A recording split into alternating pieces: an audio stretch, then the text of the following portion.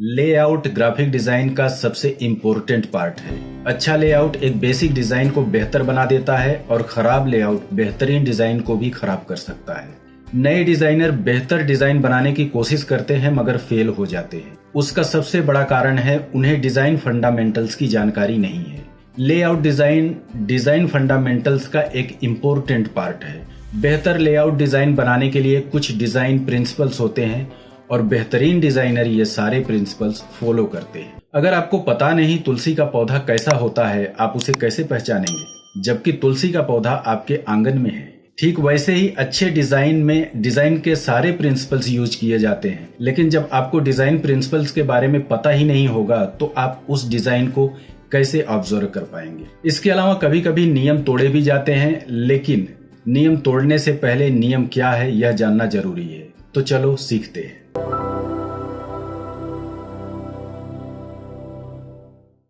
Alignment design principles का पहला और सबसे जरूरी पार्ट है। आप ऑफिस डॉक्यूमेंट में भी लेफ्ट, राइट, सेंटर और जस्टिफाई अलाइनमेंट इस्तेमाल करते होंगे।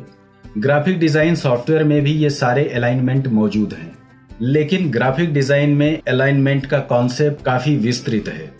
इस ब्रोशर को देखिए, इसके दो पार्ट्स हैं। यहाँ टेक्स्ट का अलाइनमेंट राइट है जबकि इस तरफ लेफ्ट अलाइनमेंट है। अलाइनमेंट टेक्स्ट तक ही सीमित नहीं होता, ऑब्जेक्ट भी एक दूसरे से किसी न किसी पॉइंट पर अलाइंड है और टेक्स्ट भी ऑब्जेक्ट के साथ अलाइंड है। यहाँ पर टेक्स्ट का अलाइनमेंट सेंटर है जबकि यह टेक्स्ट डिजाइन के राइट साइड में अलाइंड है। इस डिजाइन में दो टेक्स्ट ब्लॉक एक दूसरे से हॉरिजॉन्टली अलाइंड है। लोगो भी प्रॉपरली इस टेक्स्ट ब्लॉक के सेंटर पॉइंट से अलाइंड है। डिजाइन प्रिंसिपल्स का दूसरा पार्ट है प्रॉक्सिमिटी। कुछ लोग इसे यूनिटी भी कहते हैं, बात एक ही है।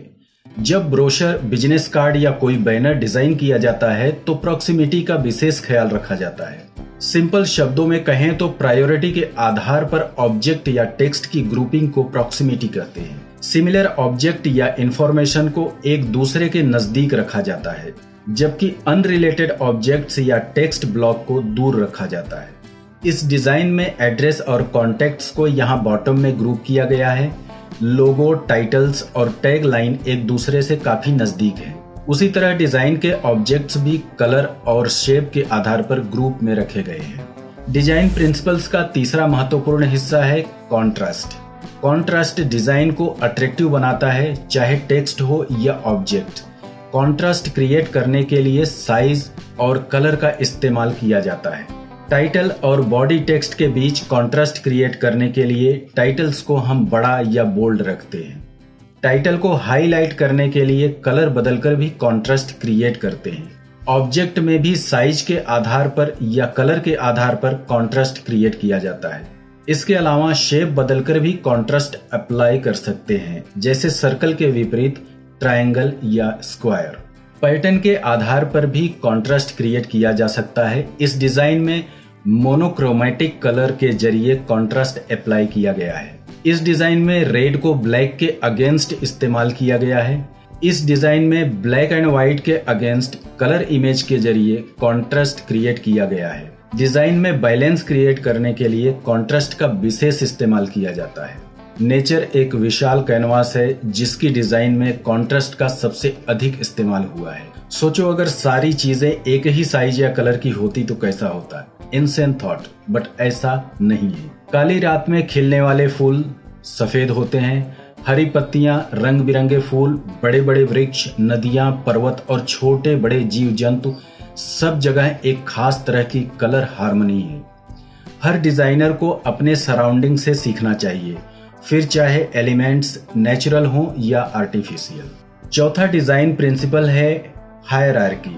हायरार्की एक प्रकार का मूवमेंट है जो हम स्टैटिक डिजाइन में क्रिएट करते हैं। जैसे इस बैनर पर कोई देखेगा तो उसे सबसे पहले क्या दिखना चाहिए या क्या इसमें ज्यादा महत्वपूर्ण है?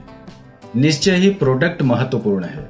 अब यह प्रोडक्ट क्यों यूजफुल है या इम्पोर्टेंट है। इसके बाद प्रोडक्ट का सेलर या मैन्युफैक्चरर और फिर कॉन्टैक्ट इत्यादि।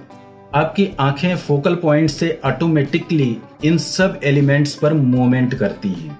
इसे कहते हैं हायरार्की। हायरार्की क्रिएट करने के लिए अलाइनमेंट, कॉन्ट्रास्ट और प्रॉक्सिमिटी का इस्तेमाल किया जाता है।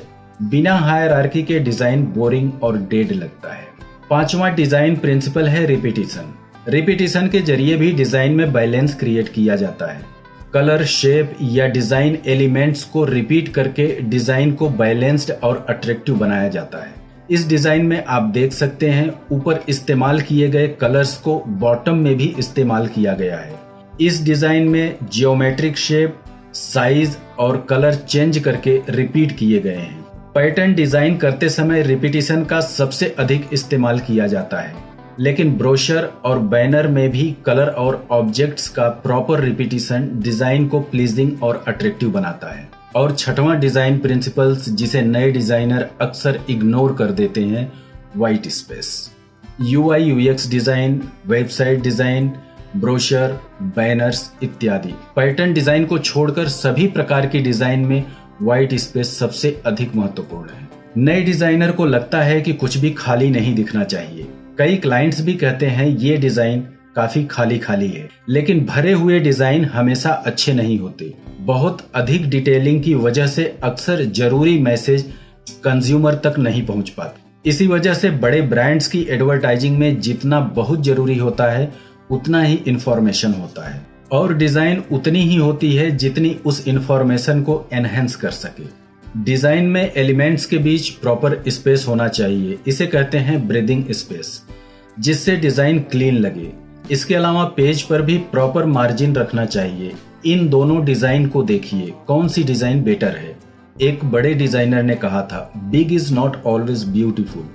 यह बड़ा सा टाइटल, भरा भरा पैराग्राफ और बड़ा लोगो, ये सारे एलिमेंट्स व्हाइट स्पेस को पूरी तरह खत्म कर दिए हैं। डिजाइन काफी कंजेस्टेड हो गई है, जबकि दूसरी डिजाइन में एक ब्रीदिंग स्पेस है जो डिजाइन को क्लटर फ्री लुक दे रहा है। तो ये थे डिजाइन के 6 प्रिंसिपल्स जिन्हें इस्तेमाल करके आप डिजाइन को खूबसूरत बना सकते हैं। नेक्स्ट वीडियो अलाइनमेंट पर डेडिकेटेड होगा, जिसमें हम अलाइनमेंट के कुछ बेहतरीन एग्जांपल्स कवर करेंगे और जानेंगे कैसे केवल अलाइनमेंट और प्रॉक्सिमिटी के इस्तेमाल से हम डिजाइन को एनहेंस कर सकते हैं। इसके अलावा हम जानेंगे क्यों नए डिजाइनर सेंटर अलाइनमेंट अधिक इस्तेमाल करते हैं और क्यों यह सबसे अधिक रिस्की डिसीजन होता है।